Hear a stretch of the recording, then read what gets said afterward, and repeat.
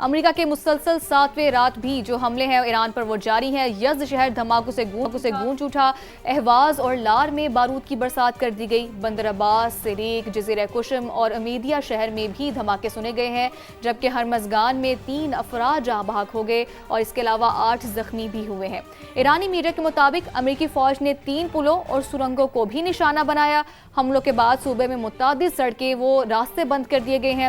Saint کام کے مطابق Aab-e Hormuz کی ناکہ بندی بھی جاری ہے اور حملوں کا جو مقصد ہے وہ ایران کی فوجی صلاحیتوں کو مزید کمزور کرنا ہے۔ سینٹ کام کا بیسکلی ایسا بتانا ہے۔ بالکل، اور اس کے ساتھ ساتھ ایرانی وزارت صحت کے مطابق 16 جولائی کو صبح 6:30 بجے تک امریکی حملوں میں شہید ہونے والوں کی تعداد بھی بتا دی گئی ہے۔ 38 تعداد بتائی گئی ہے کہ جو ان حملوں میں جام شہادت نوش کر گئے ہیں، جبکہ 400 سے زیادہ زخمی بھی ہیں۔ یہ ایک بہت بڑی تعداد ہے۔ امریکی حملوں پر ایران کے بھی جوابی وار جاری ہیں۔ بحر ہند میں امریکی جہاز پر کروز میزائل سے حملہ کیا گیا ہے ایران کی جانب سے، یعنی ایران کی جانب سے یہ بتا دیا گیا ہے کہ اگر آپ ہمارے اوپر حملہ کریں گے، ہمارے اوپر جارحیت کریں گے تو ہم بھی چپ نہیں بیٹھیں گے اور ہم بھی آپ کے اوپر اسی طریقے سے اٹیک کریں گے جتنا ہمارے بس میں ہے۔ کویت میں امریکی تنصیبات کو نشانہ بنایا گیا ہے، کیمپ اور شہری انفراسٹرکچر کو نشانہ بنایا گیا ہے۔ بجلی اور پانی کو قابل استعمال بنانے والے اسٹیشنز بھی ایران کے ریڈار پر آ گئے ہیں۔ یہ ایک بہت خطرناک بات ہے۔ صوبیہ ہم یہ دیکھ رہے ہیں کہ جو پانی کے جو مراکز ہیں ان کو نشانہ بنایا جا رہا ہے، گو کہ امریکہ کی جانب سے جی ہاں ابھی نشانہ بنایا جا رہا ہے ایران کے، اور ایران بھی اب جو مشرق وسطیٰ کے ممالک ہیں وہاں پر پانی کے جو بڑے بڑے جو ذخائر ہیں ان کو نشانہ بنا رہے ہیں۔ تو یہ ایک بہت مشکل صورتحال ڈیولپ ہو سکتی ہے مشرق وسطیٰ کے لیے، چونکہ پانی کا بحران اگر وہاں پر پیدا ہو جائے گا تو پھر وہاں پر عام لوگوں کے لیے بڑی مشکلات ہو جائیں گی۔ بالکل ایسا ہی ہے، اور اس کے علاوہ بحرین میں امریکی جو ڈرون کشتیوں کا گودام ہے اور اس کے علاوہ AI مرکز ہے اسے بھی تباہ کرنے کا دعویٰ کیا گیا ہے۔ وہ شہر میں MQ-9 ڈرون مار گرایا گیا۔ ترجمان پاسداران انقلاب کے مطابق آبِ ہرمز میں 2 آئل ٹینکرز میں دھماکے کے بعد آگ بھڑک اٹھی۔ انہوں نے کہا کہ جو ٹینکرز تھے وہ بارودی سرنگوں سے وہ اس راستے سے گزر رہے تھے، اور ایرانی فوج نے واضح کر دیا ہے کہ آبِ ہرمز انتہائی خطرناک ہو چکی ہے اور ساتھ ہی مکمل طور پر بند بھی ہو چکی ہے۔ امریکی حملے رکنے تک خطے سے تیل اور گیس سمیت کوئی بھی چیز جو ہے اس کو باہر جانے نہیں دیں گے۔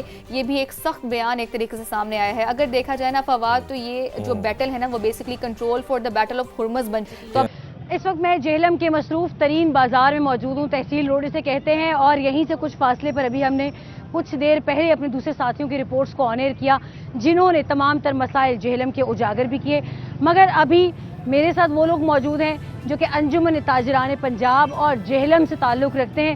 یہ وہ لوگ ہیں جو ریڑھ کی ہڈی سمجھے جاتے ہیں یہاں کاروبار کی، کاروباری مراکز کی۔ ان کے ساتھ عام لوگ بھی موجود ہیں۔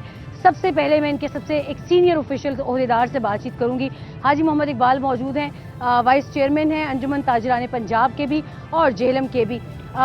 سر، سب سے پہلے تو میں آپ سے جاننا چاہوں گی، کاروبار سب سے پہلے متاثر ہوتا ہے کسی بھی جگہ کا۔ اس وقت اگر میں آپ سے پرائیورٹی پہ پوچھوں 1، 2، 3 اور 4، کون سے مسائل آپ سمجھتے ہیں کہ اس وقت شہر جہلم کو درپیش ہیں اور بری طرح درپیش ہیں؟ سب سے پہلے تو یہ بیوٹیفیکیشن کا کام ہو رہا ہے کافی عرصے سے، تقریباً 1 سال ہو گیا ہے۔ یہ تحصیل روڈ ڈیمیج ہے، اس وجہ سے ہمارے تحصیل روڈ اور راجہ بازار اور مین بازار کافی بازاروں کے کاروبار نا بالکل زیرو پہ جا رہے ہیں۔ اس وجہ سے ہم کافی پریشان ہیں۔ انتظامیہ سے بھی کافی دفعہ ہماری میٹنگیں ہوئی ہیں، انہوں نے بھی ہمیں ایک ڈیڈ لائن دی تھی 30 جون، لیکن وہ 30 جون بھی گزر گئی ہے۔ ہم پر امید تھے کہ 30 جون تک کام مکمل ہو جائے گا اور ہمارے بازار کھل جائیں گے۔ کام ابھی تک ختم نہیں ہوا۔ کام کافی سست روی کا اختیار کیا ہوا ہے۔ ہم چاہتے ہیں کہ کام جلدی سے جلدی مکمل ہو تاکہ تاجروں کے مسائل حل ہوں اور ان کی پریشانی دور ہو۔ یہ کمیٹی کی دکانیں ہیں اور دوسرے بھی جو دکاندار ہیں کرائے پہ ہیں، جو کرایہ دینے بھی مجبور ہیں، ان کے حالات بہت ٹف جا رہے ہیں اس ٹائم، ان کا روزگار بھی چل نہیں رہا۔ ایک بات ہمارے ساتھ انتظامیہ نے جو اچھا تعاون کیا، وہ کمیٹی کی دکانیں جو ہیں وہ ان کی بولی بہت اچھے طریقے سے ہوئی ہے، اور اس پہ ہم انتظامیہ کا اور بلال اظہر کیانی صاحب کا بھی شکریہ ادا کرتے ہیں کہ انہوں نے ہمارے ساتھ تعاون کیا اور ہمارے 250-300 دکاندار جو مستفید ہوئے، جو ہمارا کافی پریشانی والا مسئلہ تھا۔